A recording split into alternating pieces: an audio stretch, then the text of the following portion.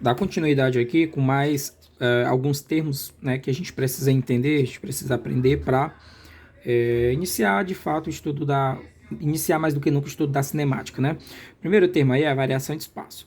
Primeiramente, tem que saber que variação de espaço, deslocamento escalar, são termos que a gente usa para avaliar o deslocamento de um corpo na trajetória, né? Então você tem aqui uma trajetória, que é uma curva qualquer, na verdade é uma linha, que pode ser curva, pode ser reta, pode ser qualquer coisa, né? Você tem uma trajetória, dado que você tem a trajetória, você tem também a origem dos espaços, que é um ponto que você determina que vai ter espaço igual a zero unidade de medida, 0 metro, né?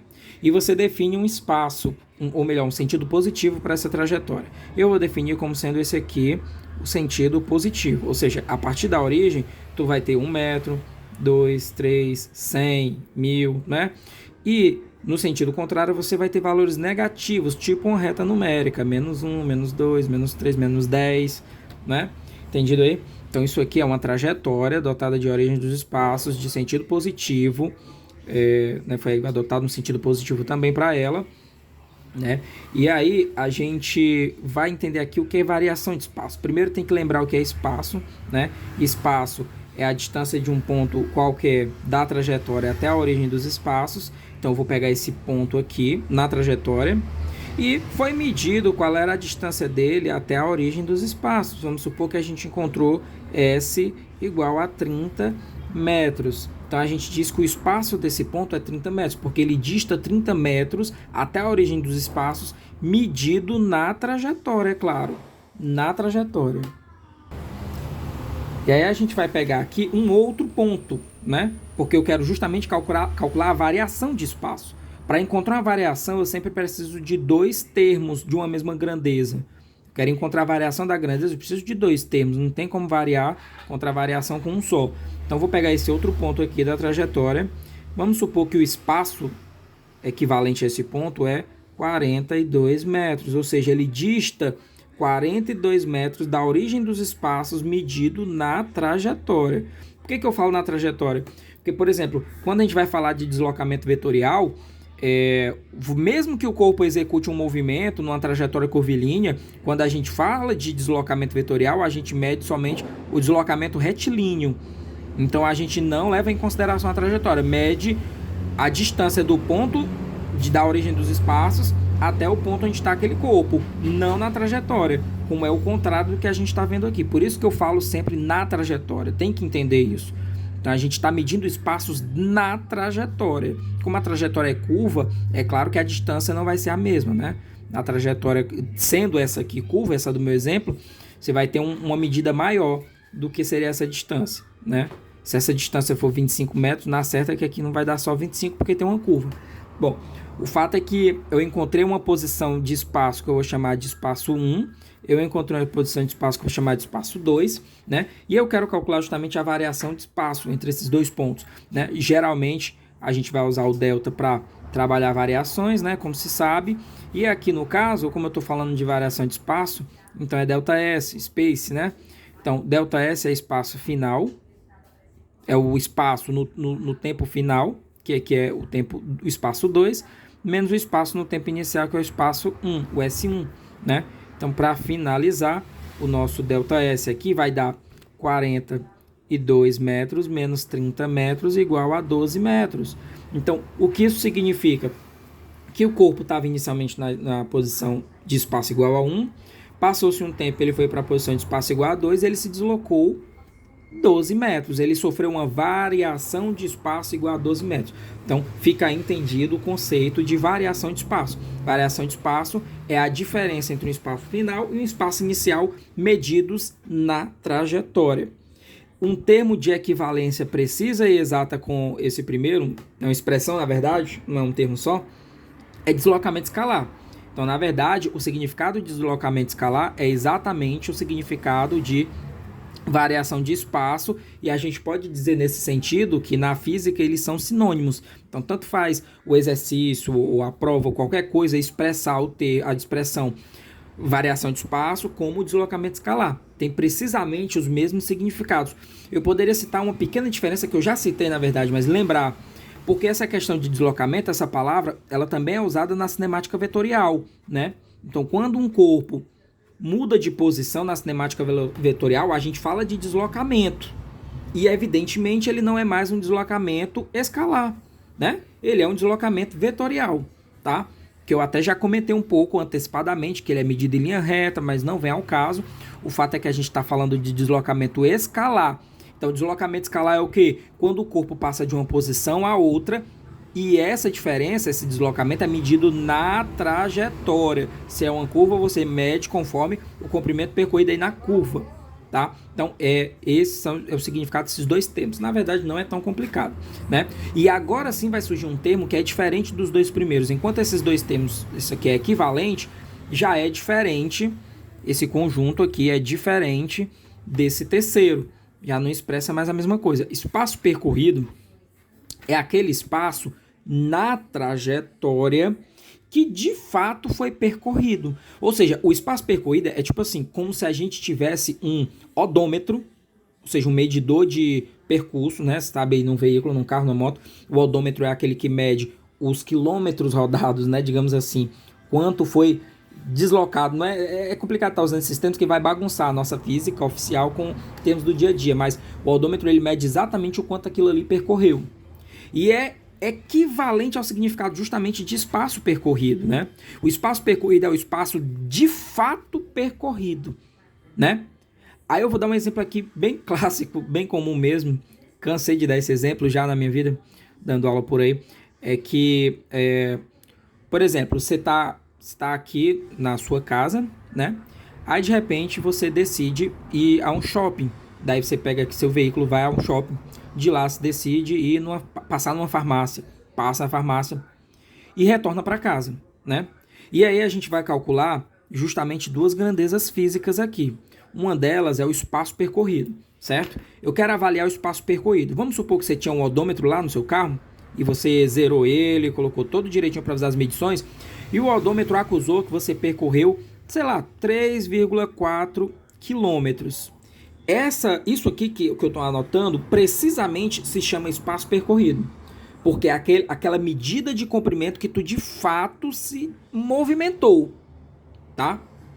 Agora, eu quero calcular, para fazer um choque de realidade, eu quero calcular aqui o deslocamento escalar ou variação de espaço. É a mesma coisa como eu já tinha dito, né? É a mesma coisa, são sinônimos. E eu sei que o deslocamento escalar ou a variação de espaço é o famoso delta S, que é o S segundo menos o S primeiro, o S1 menos o S0, como você queira, né? É o espaço final menos o inicial, tá? Agora vamos lá, o espaço ele é medido na trajetória, eu falei aqui. Vamos supor que a gente estabeleceu nesse problema que eu falei, a gente estabeleceu uma trajetória, estabeleceu o ponto de partida, que era a sua casa, chama de S1, né? E o ponto de chegada, só que adivinha onde é o ponto de chegada, o ponto final? É a tua casa também, porque eu falei no exemplo que você volta para o começo, né? Começo de tudo, para a residência. Então, o S2 é igual ao S1. Ora, mas o que é esse? É o espaço medido do ponto que você está até a origem do espaço. E ele tem um valor numérico. Então, seja lá qual for o valor de S2, ele é igual a S1. Então, quando tu faz S2 menos S1, tu encontra exatamente zero, que é uma coisa menos ela mesma, 0 metro. E essa informação parece absurda e louca, né? E contraditória até, porque duas informações que a gente está trabalhando aqui na física, que é a variação de espaço, que é equivalente a deslocamento escalar, a gente está acabando de definir que mesmo você tendo se deslocado bastante, na verdade precisamente 3,4 km, no cálculo físico aqui da grandeza de deslocamento escalar, você se deslocou 0 metros. Porque o fato é que você saiu de um ponto da trajetória e retornou para ele. Como eu tenho uma posição final menos inicial, 0 metros. Então, assim, não é que essas duas grandezas elas não tenham significado ou importância. Na verdade, elas vão ser as mais largamente usadas, né? Claro que uma situação dessa é pouco comum. É muito abordada em exercícios teóricos, né? Para saber se a pessoa entendeu mesmo, tá? Mas é pouco comum, né? Ou seja, isso aqui, apesar de parecer uma informação absurda e verídica, ela é muito útil sim, porque a gente precisa, na verdade, ter esse domínio de cada grandeza e do que a gente está fazendo. O que é isso? Eu posso obter a informação zero? Tipo a questão lá da velocidade. A velocidade pode ser negativa? Pode, problema nenhum. Basta que você entenda qual o significado daquele sinal ali. O sinal que precede o número da velocidade. Então, aqui também você tem que entender isso aqui. E aí, quer dizer, o veículo percorreu 3, a pessoa percorreu 3,4 km, mas na verdade o deslocamento escalar deu igual a 0 metros. Problema nenhum, né? Tem que saber interpretar cada coisa.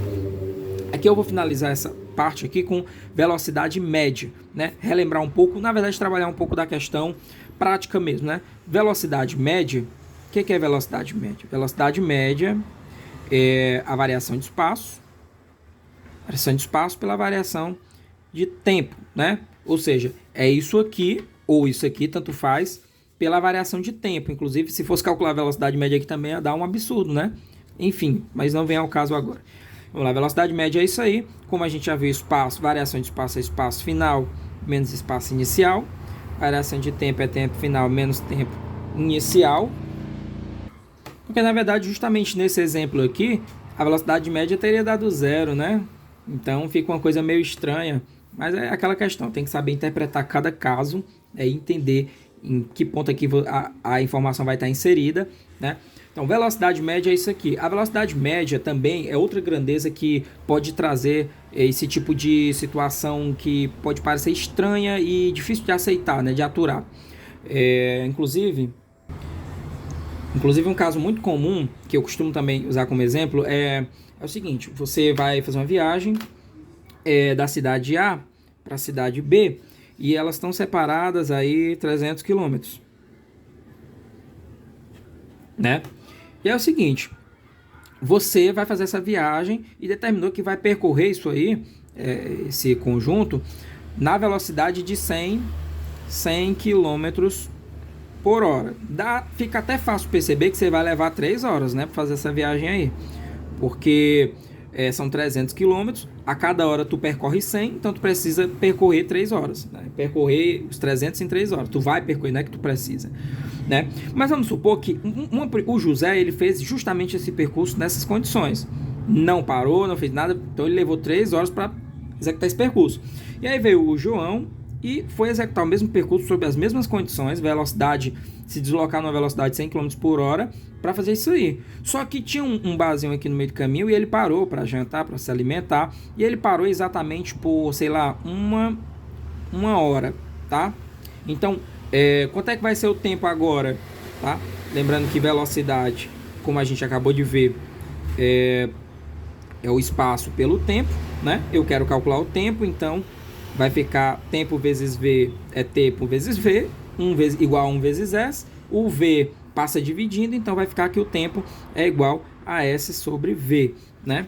Então, o espaço ele continua sendo 300 km, não muda. Agora, a velocidade é que não é nem a velocidade, né? Pera aí.